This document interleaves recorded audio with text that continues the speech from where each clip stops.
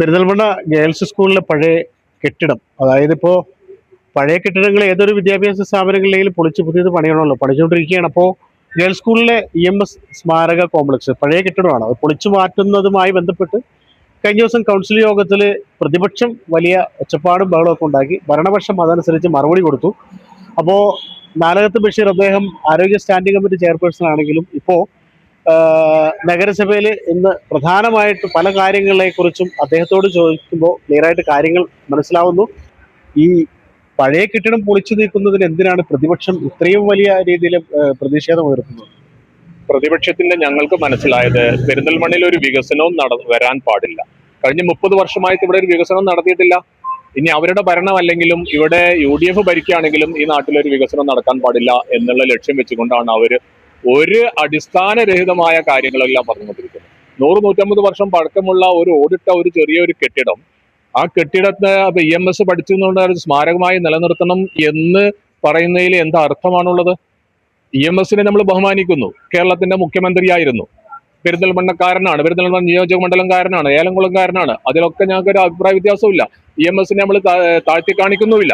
കേരളം ഭരിച്ച മുഖ്യമന്ത്രിയോടുള്ള എല്ലാ ബഹുമാനത്തോടെ തന്നെ ആ കെട്ടിടം അവിടെ നിൽക്കുകയാണെങ്കിൽ അവിടെ പഠിക്കുന്ന കുട്ടികളുടെ ആരെങ്കിലും തലയിലേക്ക് അത് വീണ്ടും ഒരു രക്തസാക്ഷിയെ ഉണ്ടാക്കാനാണോ പ്രതിപക്ഷത്തിന്റെ ഉദ്ദേശം? ഞങ്ങൾക്ക് മനസ്സിലാവുന്നില്ല. ഞങ്ങളത് ഉദ്ദേശിക്കുന്നത് എന്താന്ന് പറഞ്ഞാൽ അത് പൊളിച്ചു നീക്കി അവിടെ ഒരു 4 നിലയിലുള്ള നല്ല രീതിയിൽ ഒരു കെട്ടിടം പണിയുക എന്നുള്ളതാണ് ഉദ്ദേശിക്കുന്നത്. അപ്പോൾ പ്രതിപക്ഷം ചോദിക്കുന്ന കാശ് വന്നിട്ട് പൊളിച്ചാൽ മതി എന്നുള്ളതാണ്. കാശ് വരുന്നവരത് നിൽക്കില്ല, നിങ്ങളൊന്ന് പോയി കണ്ടാൽ മതി.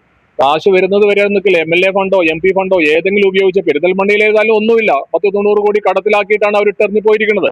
അപ്പൊ അതുകൊണ്ട് MLA-യുടെയും MP-യുടെയും ഒക്കെ സഹകരണത്തോടെ മാത്രമേ അങ്ങനെയുള്ള ഒരു കെട്ടിടത്തിനോട് വികസിപ്പിക്കാൻ പറ്റുകയുള്ളൂ.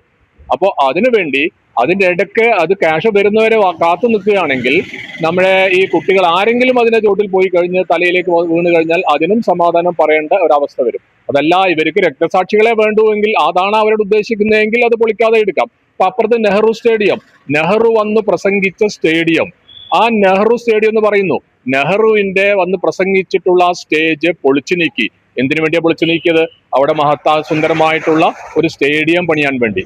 അതുപോലെ ഇവിടെയും ഈ ബിൽഡിംഗ് പൊളിച്ചു മാറ്റുക തന്നെ ചെയ്യും. പൊളിച്ചു മാറ്റി അവിടെ ഭംഗിയായിട്ടുള്ള ഒരു 4 നില കെട്ടിടം അവിടെ പണിയും. ഇപ്പോൾ തന്നെ സ്കൂളിൽ നിന്ന് അപേക്ഷ വന്നിട്ടുണ്ട് 6 ക്ലാസ് റൂമുകളുടെ കുറവുണ്ട് എന്നുള്ളത്. ആ ക്ലാസ് റൂം, കുട്ടികൾ പഠിക്കാനുള്ള ക്ലാസ് റൂമുകൾ ഇല്ല എന്ന് പറഞ്ഞാൽ അത് പരിഹരിക്കേണ്ടത് ആരാണ്? അത് പരിഹരിക്കാനുള്ള സംവിധാനമാണ് നമ്മൾ ഉണ്ടാക്കുന്നത്. അല്ലാതെ ശരിക്കും ഈ പ്രതിപക്ഷം വലിയ രീതിയിൽ പ്രതിഷേധം ഉയർത്തുമ്പോൾ, അതായത് നമ്മുടെ ഏത് സ്കൂളുകളിലായാലും പഴയ കെട്ടിടങ്ങൾ, മഹാന്മാരായ ഒരുപാട് പേര് പഠിച്ച സ്ഥലങ്ങളുണ്ടാകും, നടന്നുപോയ സ്ഥലങ്ങളുണ്ടാവും, വിശ്രമിക്കാനിരുന്ന സ്ഥലങ്ങളുണ്ടാവും.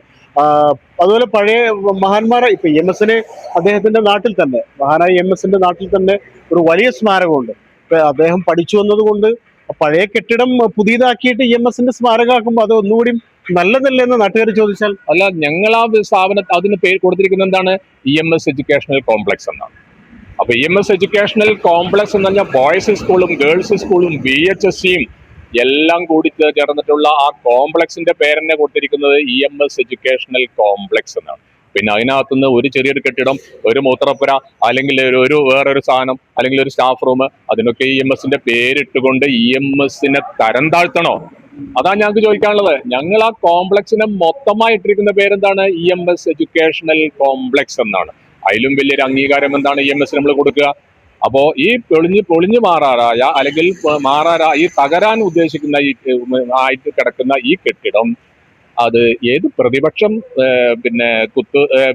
കുത്തിമറിഞ്ഞാൽ പോലും ഞങ്ങൾ അത് പൊളിക്കും. അവിടെ സുന്ദരമായ ഒരു കെട്ടിടം പണിയും. അത് ഈ സ്കൂളിലെ കുട്ടികൾക്ക് ഭംഗിയായി ക്ലാസ്സിലിരുന്ന് പഠിക്കാനുള്ള ഒരു സംവിധാനം അവിടെ ഉണ്ടാക്കി കൊടുക്കും. വികസനമാണ് ഞങ്ങളുടെ ലക്ഷ്യം.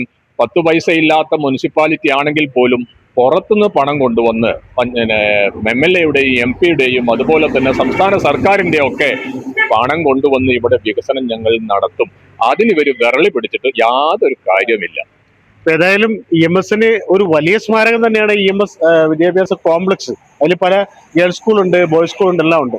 അവിടുത്തെ ഒരു പഴയ കെട്ടിടം പൊളിച്ചു നീക്കി പുതിയത് പണിതാലും EMSന്റെ സ്മരണ, ആ പേര് അവിടെ തന്നെ നിൽക്കും, യാതൊരു സംശയമില്ല. ഇപ്പൊ എന്തായാലും ആ പഴയ കെട്ടിടം പൊളിച്ച് മനോഹരമായ കുട്ടികൾക്ക് പഠിക്കാനുള്ള ഒരു കെട്ടിടം നിർമ്മിക്കുമെന്ന് നാലകത്ത് ബഷീർ, അതുപോലെ നഗരസഭ ഭരിക്കുന്നവരെല്ലാം ഉറപ്പ് നൽകുന്നുണ്ട്. പുതിയ കെട്ടിടമൊക്കെ വരട്ടെ, സ്മാരകങ്ങൾ എപ്പോഴും അവിടെ തന്നെയാണ്. സ്മാരകങ്ങൾ ഒരിക്കലും ഇല്ലാതായി പോകുന്നില്ല. മനസ്സുകളിലുള്ളത്, ഹൃദയങ്ങളിലുള്ളത്, അതുപോലെ എവിടെയെങ്കിലുമൊക്കെ നിലനിൽക്കുന്ന സ്മാരകങ്ങൾ ഉണ്ടെങ്കിൽ അതൊന്നും പോകുന്നില്ല. പഴയത് പുതിയതാക്കുന്നു മാത്രമേ ഉള്ളൂ. അങ്ങനെ തന്നെയാണ് വേണ്ടത് എന്നാണ് എനിക്ക് പറയാനുള്ളത്. പിന്നെ പ്രതിപക്ഷത്തിന്റെ ഇഷ്ടം പോലെ ചെയ്യാം, അത് ഞാനൊന്നും ഇടപെടാൻ തയ്യാറല്ല. Jabbar Venad, one news live, Perinthalmanna. സന്തോഷങ്ങളും വിഷമങ്ങളും ജീവിതത്തിന്റെ ഒരു ഭാഗമാണ്, പ്രത്യേകിച്ചും വിചാരിക്കാത്ത നേരത്തുള്ള സാമ്പത്തിക ആവശ്യങ്ങൾ. ഇനി നിങ്ങളുടെ എല്ലാ സാമ്പത്തിക ആവശ്യങ്ങൾക്കും ഒരു വഴിയുണ്ട്. UGS gold loan. നിങ്ങളുടെ ഏത് സാമ്പത്തിക ആവശ്യങ്ങൾക്കും ഒരു വഴിയുണ്ട്. UGS gold loan.